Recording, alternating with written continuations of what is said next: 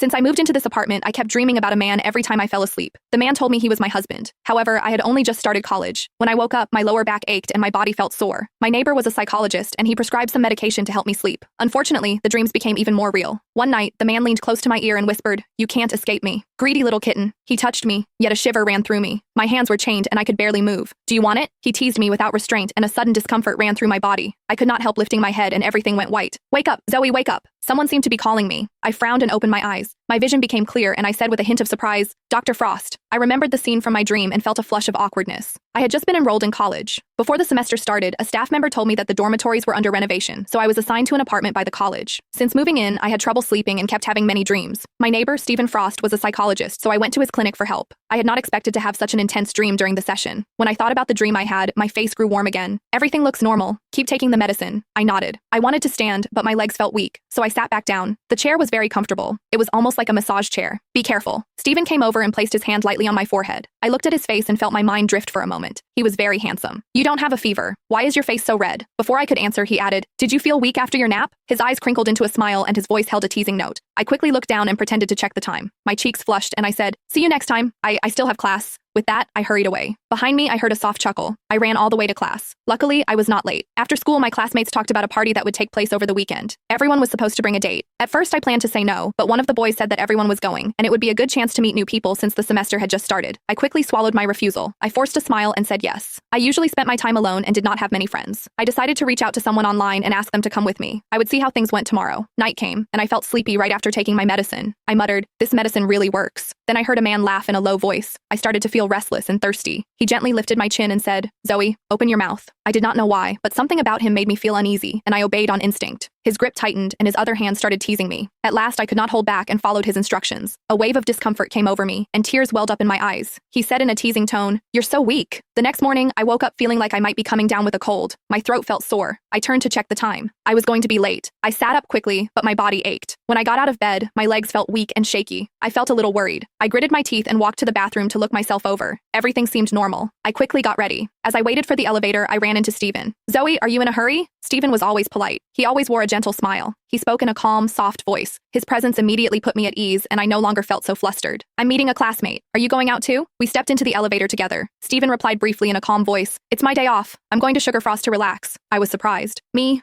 too." Just like that, Stephen ended up giving me a ride. As he turned to fasten my seatbelt, I instinctively raised my hand to cover my face. I did not know why, but I felt a sudden flicker of fear toward him. Stephen paused for a moment, then let out a soft laugh. "Are you afraid of me?" I swallowed and shook my head. I wanted to explain, but I did not know how. I lowered my head and turned slightly to the side. When I closed my eyes,